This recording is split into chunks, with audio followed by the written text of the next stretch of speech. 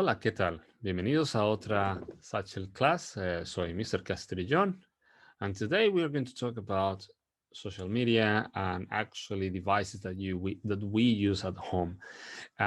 We have quite a few words to learn when it comes down to the actual specification. So today is going to be a very small fraction of all the words that we need to learn about social media and, of course, devices that we use at home. But what we are going to do today is we're going to add to our sentences and the things that we are going to learn. We're going to add the use or what we use those devices for. Okay, this is a lesson designed for year 8 and year 7. However, if you are in year 9 or year 10 or year 11, feel free to join us, because what you're going to learn today is not just a few words, but also really complex sentences that are going to help you improve or increase your marks at the end of the exercise or exams. Let's first see our objectives today. Hoy vamos a repasar los diferentes tipos de medios. Vamos a conjugar el verbo tener en presente simple.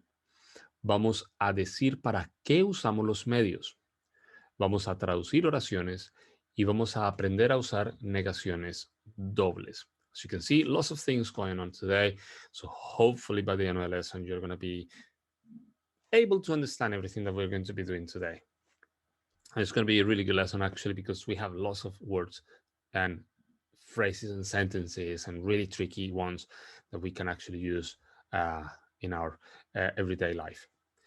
But first, let's talk about what devices we use every day. So I'm going to show you some of them. Una consola de juegos. I repeat, una consola de juegos. Very similar word to the one we use in English. And of course, we can actually just say una consola, and we understand exactly what we mean.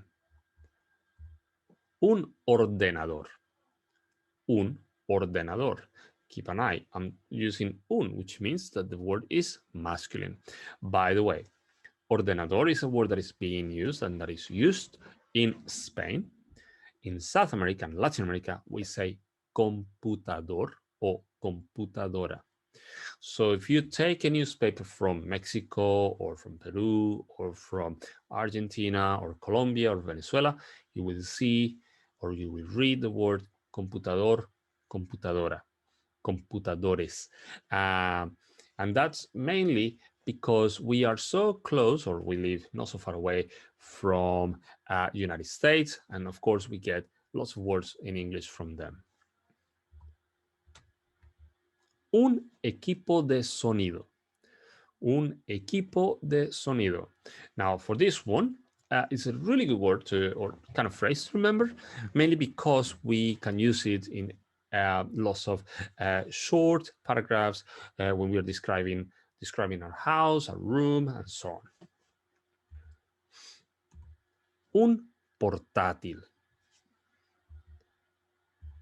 Un teléfono móvil. Keep an eye on the spelling of this one.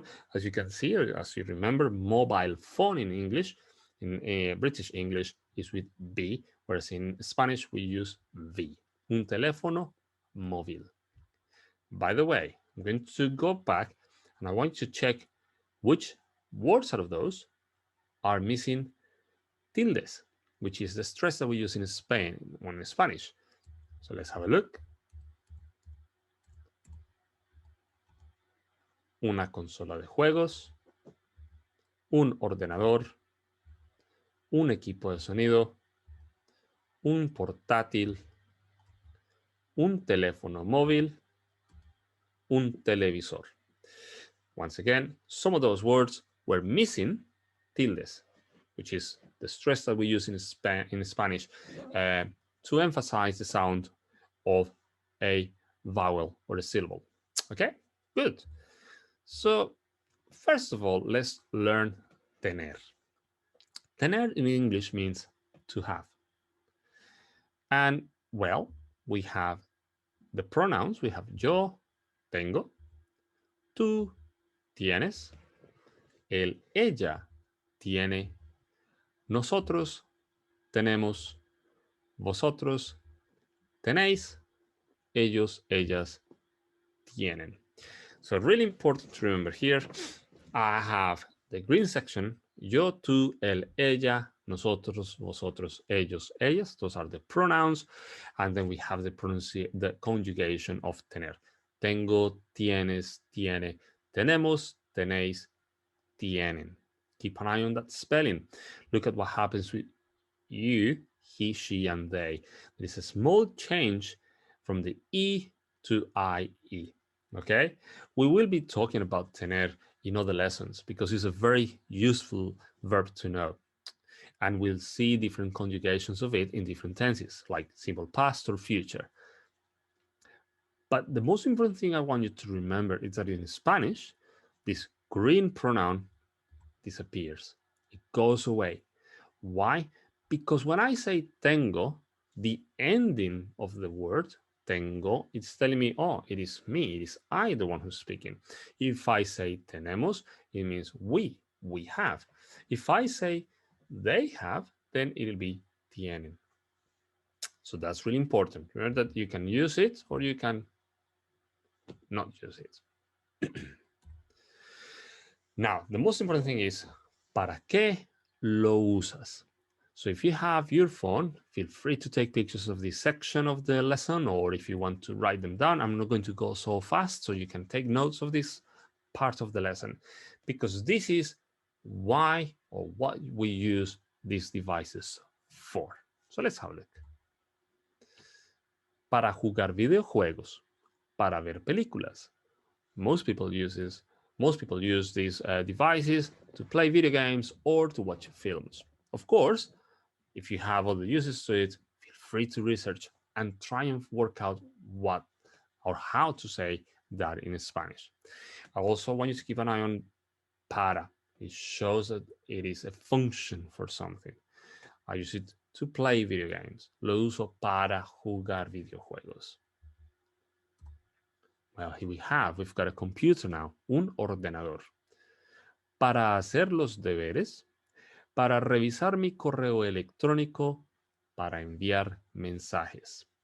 I will not translate this for you. I would like you to research. I want you to take a dictionary or your phone and try and work out what it means in Spanish, what that whole paragraph means. I'm going to repeat it for you to pronounce and practice with me. Para hacer los deberes, para revisar mi correo electrónico, para enviar mensajes. Well, what about this one? Un equipo de sonido. Para escuchar música, para grabar mi música favorita, para escuchar la radio. Once again, I won't translate it for you. I would like you to give it a try yourself. Un portátil. Para hacer los deberes, para revisar mi correo electrónico, para enviar mensajes. Do you know any more uses for it? Feel free to search or actually ask your teacher. Sir, miss, what do you use a laptop for? And they will give you many more options in Spanish. Un teléfono móvil. Para llamar a mis amigos. Para hacer y ver videos. Para revisar mis redes sociales. Can you see any familiar words there? Words that you've seen before? Some of those ones actually are very familiar to us. Amigos. I'm sure you know that one. So what do you think we're using a mobile phone for and something that we do with our friends? Really important one. Some of these words will also be on your exam. That's for certain. They always come. They always appear on the exam. Para ver las telenovelas. Para ver las noticias. Para ver los deportes y las películas de acción. I'll repeat that. Para ver las telenovelas. Para ver las noticias y para ver los deportes y las películas de acción. So these are different uses that we have for all of these devices. That's really important. Right. So let's translate some sentences. So I'm going to show you some sentences here in Spanish, and what I would like you to do is I want you to translate them into Spanish, into English. So I have the first one. I'm going to read them out for you. Mi hermana tiene un teléfono móvil para llamar a sus amigas. Tengo un televisor para ver mi telenovela favorita. Tenemos un equipo de sonido para escuchar la radio. Mis padres tienen una consola para jugar videojuegos.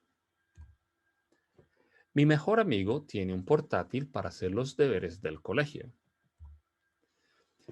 Mi abuela tiene un televisor para ver las noticias y los deportes. Mi abuelo tiene un ordenador muy viejo para enviar correos electrónicos. Well, here we go. We have 2, 4, 6, 7 sentences that I would like you to translate into English. I'm going to give you 4 minutes for that, and then we'll see you in a bit. Go for it.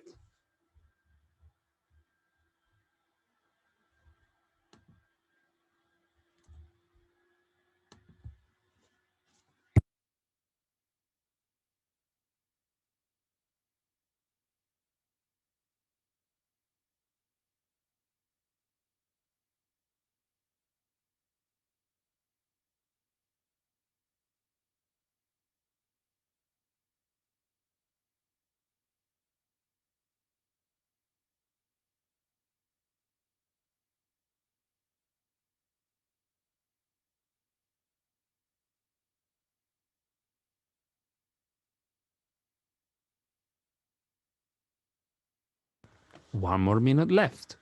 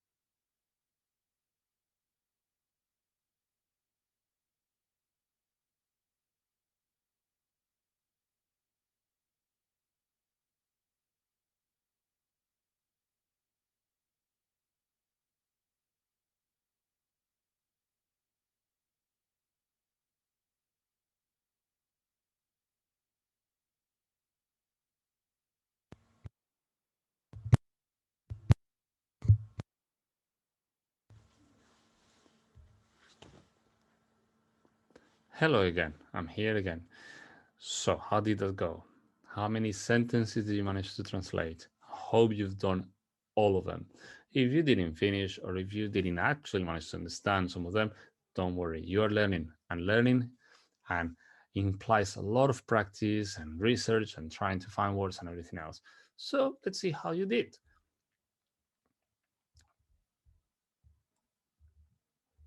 The first sentence. Mi hermana tiene un teléfono móvil para llamar a sus amigas. My sister has a mobile phone to call her friends. That's a good one. Tengo un televisor para ver mi telenovela favorita. I have a telly to watch my favorite soap opera. Telenovelas son muy famosas. Soap operas are really famous. Las telenovelas are very famous in our countries. Tenemos un equipo de sonido para escuchar la radio. We have a sound system to listen to the radio. Mis padres tienen una consola para jugar videojuegos. My parents have a game console to play video games.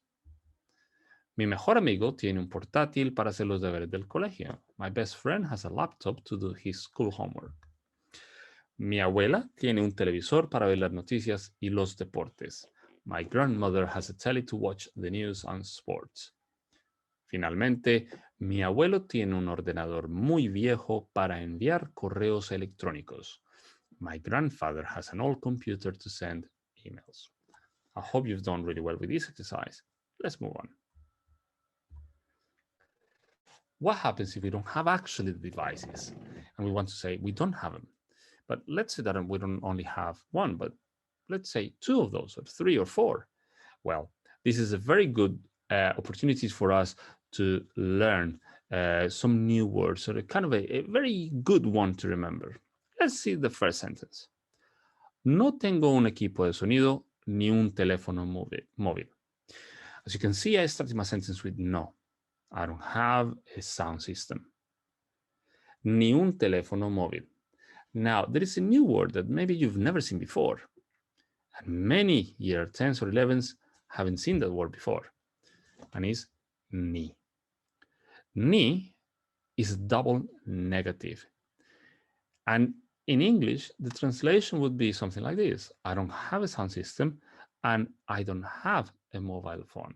So what you're doing actually is that you are shortening all of this and I don't have into a simple two-word phrase, ni. Let's see the second one. Mi hermano no tiene un ordenador ni una consola de juegos. My brother doesn't have a computer, nor does he have a game console. So as you can see, I'm shortening a long phrase in English to a two-word phrase, ni. Next one. Mi abuela no tiene un televisor ni un ordenador portátil. My grandmother doesn't have a telly, nor does she have a laptop. Finalmente, mis padres no tienen una tableta ni un ordenador. My parents neither have a tablet nor a computer. Check that I said neither nor. So this is your equivalent to neither or neither nor. And you can use it a lot in your writing pieces because they are really important when you want to do a double negation. Let's move on. So here we go. We're going to do a writing exam or writing exercise, sorry. First, we are going to include our pronouns or our verbs, sorry. And really important here, before I continue with the other ones, is I put some stars in them. That means that they are more advanced to use. So say, for instance, when you say tengo, tienes, tiene, they are easy to use. Try and use tenéis. Why not in a question? Try to use tenemos or tienen, because they are not so common when we actually see pupils writing exercises. So feel free to use those ones that are more challenging. We are going to add, of course, to this what device we have, and then we're going to say what we use them for. Two challenges. First, include double negative sentence, and a mega challenge, include when they are used. 2 minutes for that. Go for it.